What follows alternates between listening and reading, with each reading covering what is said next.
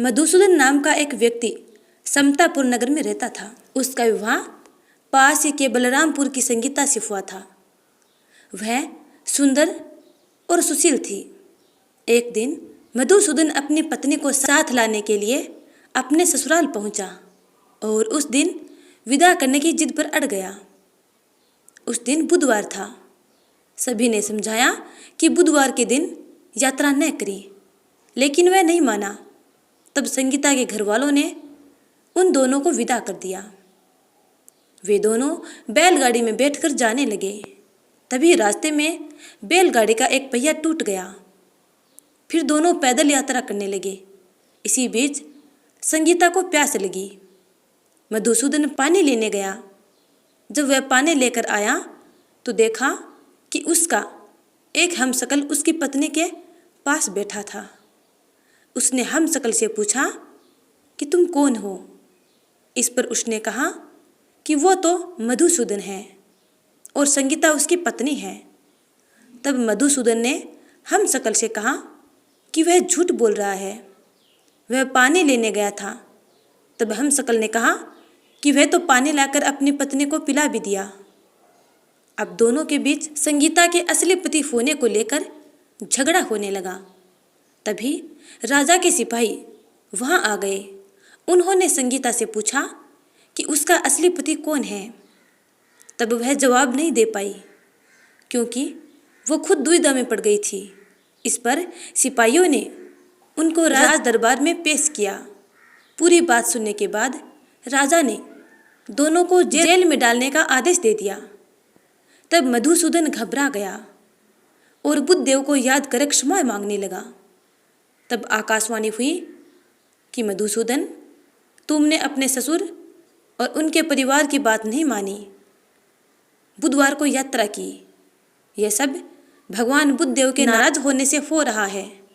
तब मधुसूदन ने कहा कि हे महाराज, उससे बड़ी गलती हो गई है। वह कभी भी बुधवार को यात्रा नहीं करेगा, हमेशा बुधवार का व्रत करेगा। क्षमा मांगने पर बुद्धदेव शांत हो गए और मधुदेव को क्षमा कर दिया। राजा के दरबार से मधुसूदन का हमशक्ल तुरंत गायब हो गया। बुद्धदेव की कृपा से राजा ने मधुसूदन और संगीता को विदा कर दिया। वहां से जब वे आगे बढ़े तो रास्ते में बैलगाड़ी भी सही सलामत हालत में मिल गई। उससे वे दोनों समतापुर नगर आ गए। फिर वे हर बुधवार का व्रत रखने लगे, जिससे उनका जीवन सुखमय हो गया। उनके काम काज में भी उन्नति होने लगी और पृथ्वी के सारे सुख भोग कर अंत में वैकुंठ लोक को प्राप्त हुए।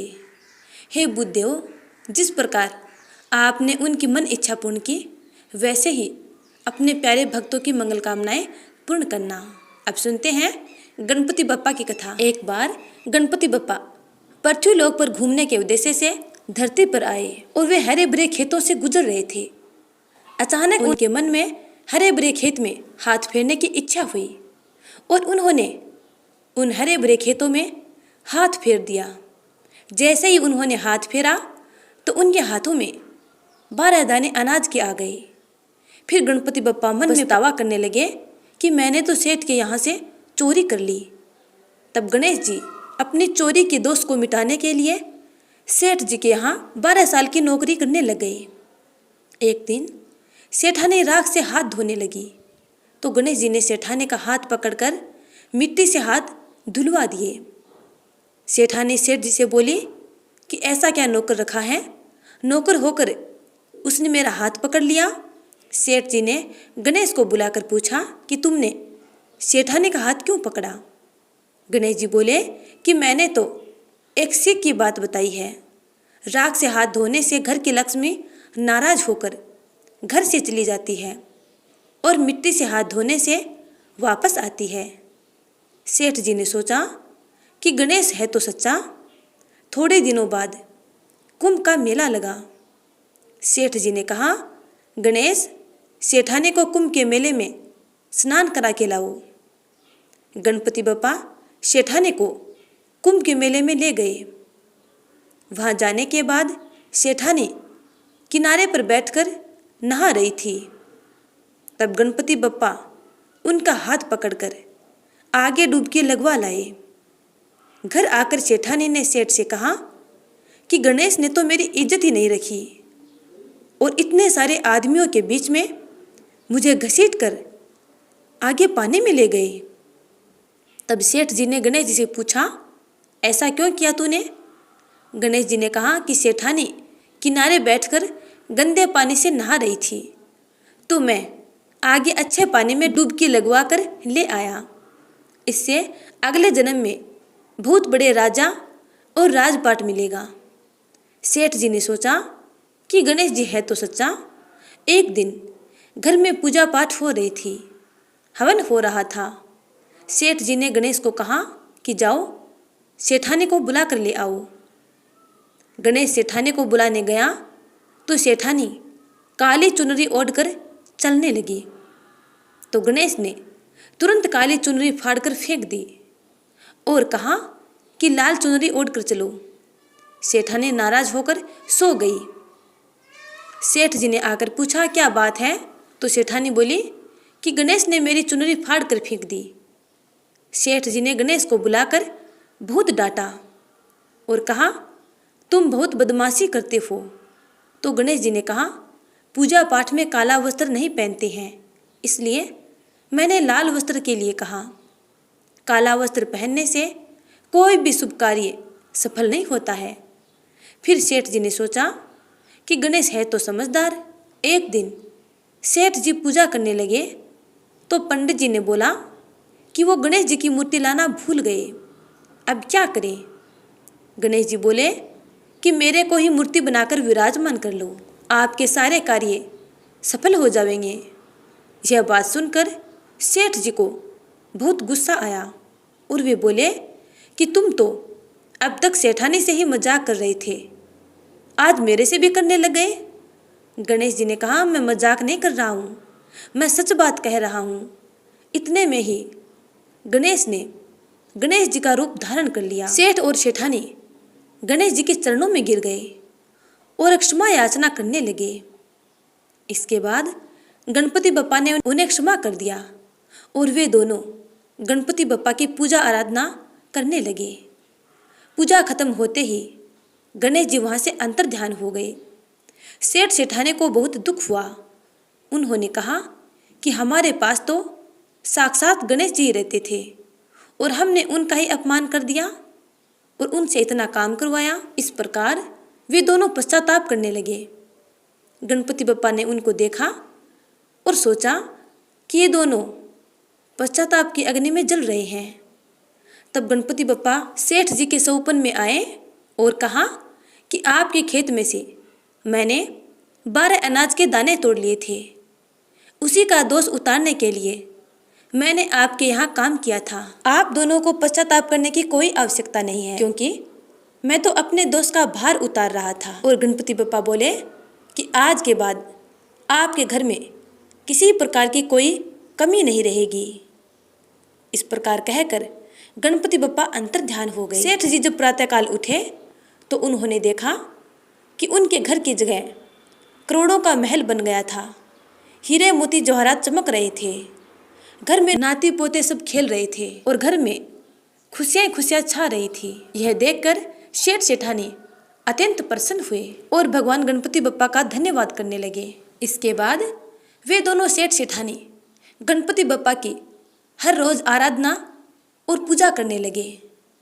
इस प्रकार पृथ्वी पर वे दोनों समस्त सुखों को भोग कर अंत में वैकुंठ लोक को प्राप्त हुए। हे गणपति बप्पा, जिस प्रकार आपने उनकी मन इच्छा पूर्ण की, वैसे ही अपने भक्तों की मंगल कामनाएं पूर्ण करना। अब सुनते हैं अगली कथा। एक बार राक्षस राज रावण ने हिमालय पर स्थित होकर भगवान शिव की घोर तपस्या की। उस राक्षस ने अपना एक एक सिर काट काट कर शिवलिंग पर चढ़ा दिए। इस प्रक्रिया में उसने अपने 9 सिर चढ़ा दिए तथा 10वें सिर को काटने के लिए जब वह उद्यत हुआ, तब तक भगवान शंकर प्रसन्न हो उठे। प्रकट होकर भगवान शिव ने रावण के 10 सिरों को पहले की भांति वापस कर दिया। उन्होंने रावण से वर मांगने के लिए कहा। रावण ने भगवान शिव से कहा कि मुझे इस शिवलिंग को ले जाकर लंका में स्थापित करने की अनुमति प्रदान करें। शंकर जी ने रावण को इस प्रतिबंध के साथ अनुमति प्रदान कर दी कि यदि इस लिंग को ले जाते समय रास्ते में धरती पर रखोगे तो वहीं पर यह शिवलिंग स्थापित हो जाएगा, अर्थात अचल हो जाएगा, फिर वहाँ से कभी नहीं हिलेगा। जब रावण शिवलिंग को लेकर चला तो मार्ग में चिता भूमि में ही उसे लघु शंका करने की प्रवृत्ति हुई। उसने उस लिंग को एक अहीर को पकड़ा दिया और लघु शंका से निवृत्त होने चला गया। इधर शिवलिंग भारी होने के कारण उस अहीर ने उसे भूमि पर रख दिया। वह लिंग वहीं अचल हो गया।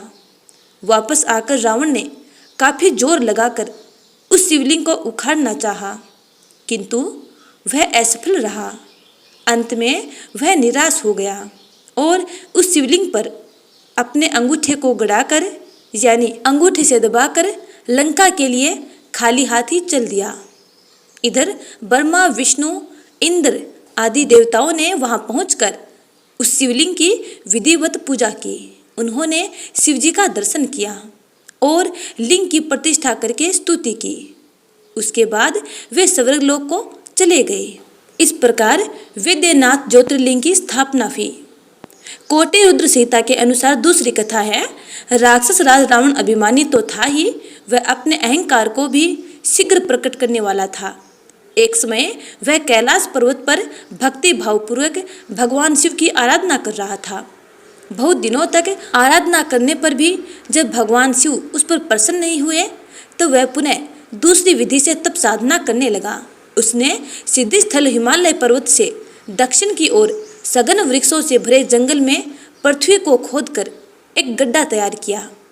राक्षस कुल भूषण उस रावण ने गड्ढे में अग्नि की स्थापना करके हवन प्रारंभ कर दिया। उसने भगवान शिव को भी वहीं अपने पास ही स्थापित किया था। तब के लिए उसने कठोर संयम नियम को धारण किया। वह गर्मी के दिनों में 5 अग्नियों के बीच में बैठकर पंचाग्नि सेवन करता था, तो वर्षा काल में खुले मैदान में चबूतरे पर सोता था और शीतकाल में आकंठ जल के भीतर खड़े होकर साधना करता था। इन विधियों के द्वारा रावण की तपस्या चल रही थी। इतने कठोर तप करने पर भी भगवान महेश्वर उस पर प्रसन्न नहीं हुए। ऐसा कहा जाता है कि दुष्ट आत्माओं द्वारा भगवान को रिझाना बड़ा कठिन होता है। कठिन तपस्या से जब रावण को सिद्धि नहीं प्राप्त हुई तब रावण अपना एक एक सिर काटकर शिव जी की पूजा करने लगा। वह शास्त्र विधि से भगवान की पूजा करता और उस पूजन के बाद अपना एक मस्तक काटता तथा भगवान को अर्पित कर देता था। इस प्रकार क्रम से उसने अपने 9 मस्तक काट डाले। जब वह अंतिम 10वां मस्तक काटने चला तब तक भक्त वत्सल भगवान महेश्वर उस पर संतुष्ट और प्रसन्न हो गए। उन्होंने साक्षात प्रकट होकर रावण के सभी मस्तकों को स्वस्थ करते हुए उन्हें पूर्ववत जोड़ दिया। भगवान ने राक्षस राज रावण को उसकी इच्छा के अनुसार अनुपम बल और पराक्रम प्रदान किया। भगवान शिव का कृपा प्रसाद ग्रहण करने के बाद नतमस्तक होकर विनम्र भाव से उसने हाथ जोड़कर कहा, देवेश्वर आप मुझ पर प्रसन्न हुए। मैं आपकी शरण में आया हूँ और आपको लंका ले चलता हूँ। आप मेरा मनोरथ सिद्ध कीजिए। इस प्रकार रावण के कथन को सुनकर भगवान शंकर असमंजस की स्थिति में पड़ गए। उन्होंने उपस्थित धर्म संकट को टालने के लिए अनमने होकर कहा, राक्षस राज तुम मेरे इस उत्तम लिंग को भक्ति भावपूर्वक अपनी राजधानी ले जाओ, किंतु यह ध्यान रखना रास्ते में तुम इसे यदि पृथ्वी पर रखोगे तो यह वहीं अचल हो जाएगा। अब तुम्हारी जैसी इच्छा हो वैसा करो। भगवान शिव द्वारा ऐसा कहने पर बहुत अच्छा ऐसा कहता हुआ राक्षस राज रावण उस शिवलिंग को साथ लेकर अपनी राजधानी की ओर चल दिया। भगवान शंकर की माया शक्ति के प्रभाव से उसे रास्ते में जाते हुए मूत्रोत्सर्ग करने की प्रबल इच्छा हुई। सामर्थ्यशाली रावण मूत्र के वेग को रोकने में असमर्थ रहा और शिवलिंग को एक ग्वाल के हाथ में पकड़ाकर स्वयं मूत्र करने के लिए बैठ गया। एक मुहूर्त बीतने के बाद वह ग्वाला शिवलिंग के भार से पीड़ित हो उठा और उसने लिंग को पृथ्वी पर रख दिया। पृथ्वी पर रखते ही वह मणिमय शिवलिंग वहीं पृथ्वी में स्थिर हो गया। जब शिवलिंग लोक कल्याण की भावना से वहीं स्थिर हो गया, तब निराश होकर रावण अपनी राजधानी की ओर चल दिया।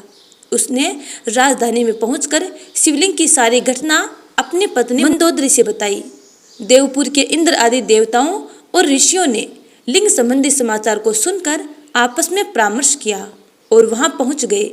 भगवान शिव में अटूट भक्ति होने के कारण उन लोगों ने अतिशय प्रसन्नता के साथ शास्त्र विधि से उस लिंग की पूजा की। सभी ने भगवान शंकर का प्रत्यक्ष दर्शन किया।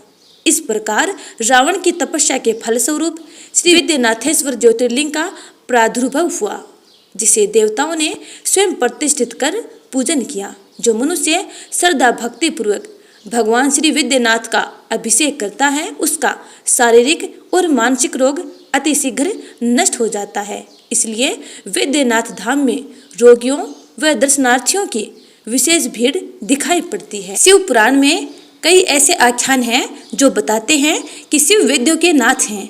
कहा गया है कि शिव ने रुद्र रूप धारण कर अपने ससुर दक्ष का सिर त्रिशूल से अलग कर दिया। बाद में जब काफी विनती हुई तो बाबा विद्यानाथ ने तीनों लोकों में खोजा, पर वह मुंड नहीं मिला। इसके बाद एक बकरे का सिर काटकर दक्ष के धड़ पर प्रत्यारोपित कर दिया। इसी के चलते बकरे की ध्वनि बै बै बै के उच्चारण से महादेव की पूजा करते हैं। इसे गाल बजाकर उक्त ध्वनि को श्रद्धालु बाबा को खुश करते हैं। इस प्रकार जो भी भक्तगण बाबा बैद्यनाथ की श्रद्धा और भक्ति से पूजा और आराधना करते हैं तो उनकी मंगल कामनाएं बाबा बैद्यनाथ पूर्ण करते हैं।